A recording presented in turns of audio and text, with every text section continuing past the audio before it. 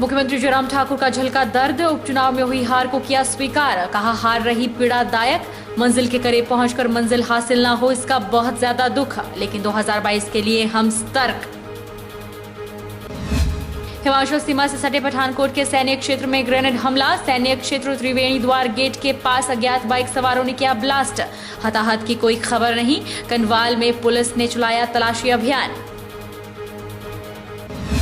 स्वास्थ्य मंत्री ने कोरोना वैक्सीन लगाने का लोगों से किया आग्रह। कहा इस माह के अंत तक सभी को लग जाएगी कोरोना वैक्सीन। दूसरे डोज में भी हिमाचल प्रदेश प्रथम स्थान करेगा हासिल।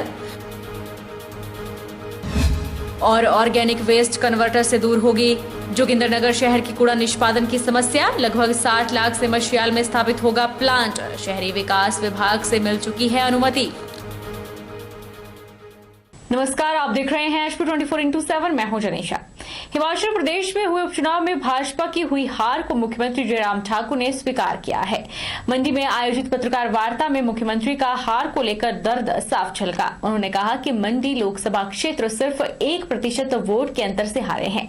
मंजिल के करीब पहुंचकर मंजिल हासिल न हो इसका दुख ज्यादा होता है। अगर 4000 वोट की बढ़त मिल जाती तो उपचुनाव का परिणाम कुछ और होता। पीड़ा दुखदायक है, लेकिन 2022 के लिए पूरे जोश जुनून से मैदान में उतरा जाएगा। हिमाचल प्रदेश में हुए उपचुनाव में भाजपा को मुंह की खानी पड़ी है और इस हार का दर्द अभी भी साफ देखने को मिला है। मंडी में आयोजित पत्रकार वार्ता में मुख्यमंत्री जयराम ठाकुर ने हार को खुले दिल से स्वीकार किया। मुख्यमंत्री जयराम ठाकुर ने उपचुनाव में हुई हार को स्वीकार करते हुए कहा कि जो कमी रह गई है उसे पूरा किया जाएगा।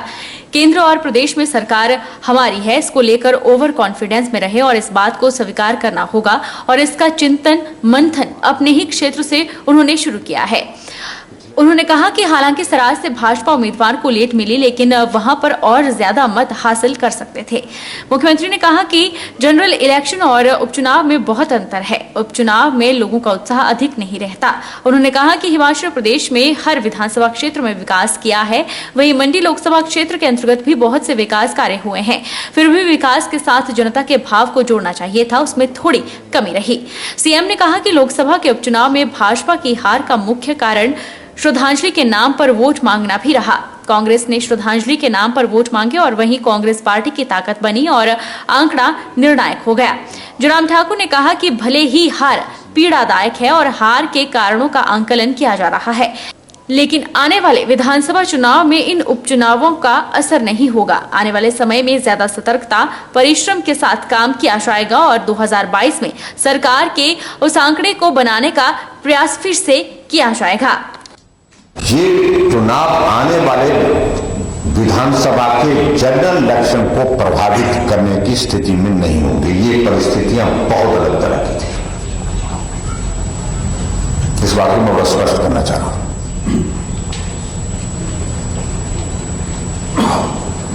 और समय पर अलर्ट मिलना यह हमारे लिए भले ही फिलहाल दुखदायी है, पीड़ादायक है, लेकिन आने वाले समय के लिए सतर्क होकर के काम करना, ज्यादा परिश्रम के साथ काम करना, उसके लिए इस समय पर है। हमारे पास समय है। जहां कमी रह गई, कसर रह गई, उन सारी चीजों का आकलन सरकार और संगठन के स्तर पर अलग अलग तरह पर हम कर रहे हैं। जुटेंगे, जोश के साथ, जुनून के साथ निकलेंगे और 2022 में निश्चित रूप से सरकार बनाने के उस आंकड़े को फिर से पार करेंगे।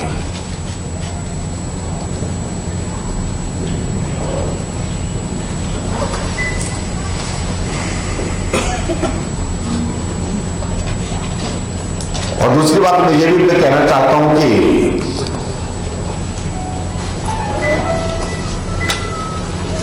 सरकारें आपसे पहले भी रही हैं और उपचुनाव सभी सरकारों ने जीते हैं। अपनी सरकार के दौरान ऐसा भी नहीं रहा है। चाहे भाजपा की रही, चाहे कांग्रेस की रही, सरकार में रहते हुए चुनाव हारे।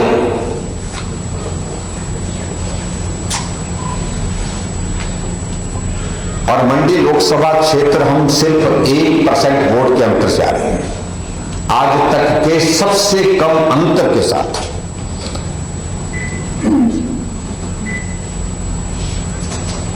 मंडी लोकसभा का ये जीत हार का परिणाम रहा है। जहां आने वाले समय के लिए जो हमारे विकास के एजेंडा है, विकास की हमारी योजना है, उनको प्रभावित नहीं होने देंगे और जोश और जुनून के साथ काम करने के लिए सरकार में भी काम करेंगे और जोश जुनून के साथ हम संगठन में भी काम करने के लिए तैयारी कर रहे हैं।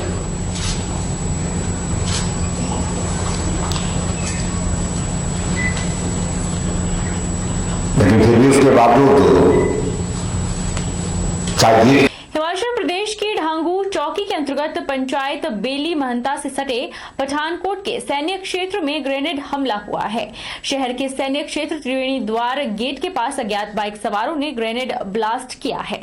फिलहाल किसी के हताहत होने की सूचना नहीं है। वहीं कंडवाल में पुलिस द्वारा तलाशी अभियान चलाया जा रहा है। हिमाचल प्रदेश के ढांगू चौकी के अंतर्गत पंचायत बेली महंता से सटे पठानकोट के सैनिक क्षेत्र में ग्रेनेड हमला हुआ है। एसएसपी पठानकोट सुरेंद्र लांबा ने बताया कि देर रात मोटरसाइकिल पर कुछ लोग सवार होकर आए और सैनिक के त्रिवेणी द्वार पर ग्रेनेड फेंका। बाइक पर कितने लोग सवार थे, किधर से आए, किधर गए, इसके बारे में फिलहाल कोई सूचना नहीं है।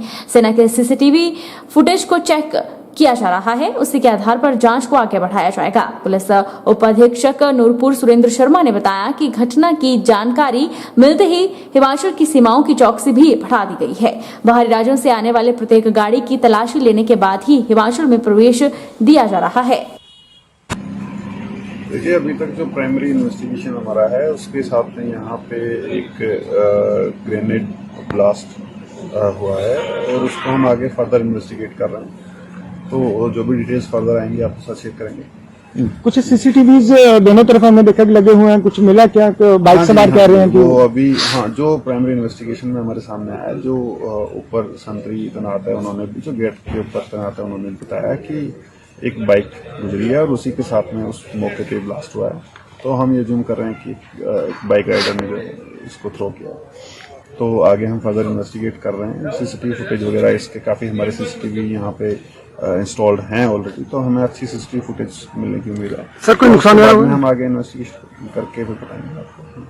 जो हमारे बिल्कुल एडजॉइनिंग है पंजाब में आर्मी एरिया, वहाँ पे कल रात को एक ग्रेनेड से अटैक हुआ था, जिसके मद्देनज़र हमने जो है इधर पठानकोट डिस्ट्रिक्ट के साथ लगती हुई अपनी सारी सीमाओं को सील कर दिया है। और जो बाहर से गाड़ियाँ आ रही हैं, पर्टिकुलरली जो बाइक्स हैं, क्योंकि वहाँ बाइक से अटैक होना बतलाया गया है, तो मोटरसाइकिल्स को चेक करने के लिए हमने अपने इंदौरा थाना, डंटाल थाना और नूरपुर थाना के तहत कंडवाल में नाकाबंदी कर दी है सुबह से। और चेकिंग वहाँ पे की जा रही है, स्ट्रिक्ट चेकिंग की जा रही है, ताकि कोई ऐसा संदेहास्पद व्यक्ति या व्हीकल ना पाया जाए।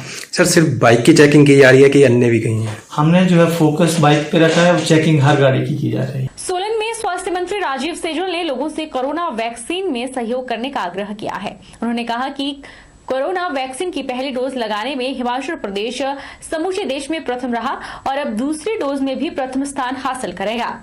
सोलन में स्वास्थ्य मंत्री डॉक्टर राजीव सैजल ने कहा कि लोगों को घर घर दस्तक के माध्यम से स्वास्थ्य विभाग दूरभाष या अन्य माध्यमों से टीकाकरण के लिए प्रेरित कर रहे हैं। कोरोना वैक्सीन की पहली डोज लगाने में हिमाचल समूचे देश में प्रथम रहा और अब दूसरे डोज में भी प्रथम स्थान हासिल करेगा। बच्चों की वैक्सीन बारे स्वास्थ्य मंत्री ने कहा कि इसके लिए ट्रायल्स चल रहा है और जल्द ही बच्चों के लिए वैक्सीन भी उपलब्ध हो सकेगी। वहीं जिला सोलन में प्रवासी मजदूरों का भी बड़ी संख्या में टीकाकरण हो चुका है और प्रवासी लोग टीकाकरण से बेहद प्रसन्न दिखाई दे रहे हैं, जिनमें कि पहले कोई शंका थी। अब टीकाकरण के बाद प्रवासी प्रधानमंत्री का टीकाकरण करवाने के लिए धन्यवाद कर रहे हैं।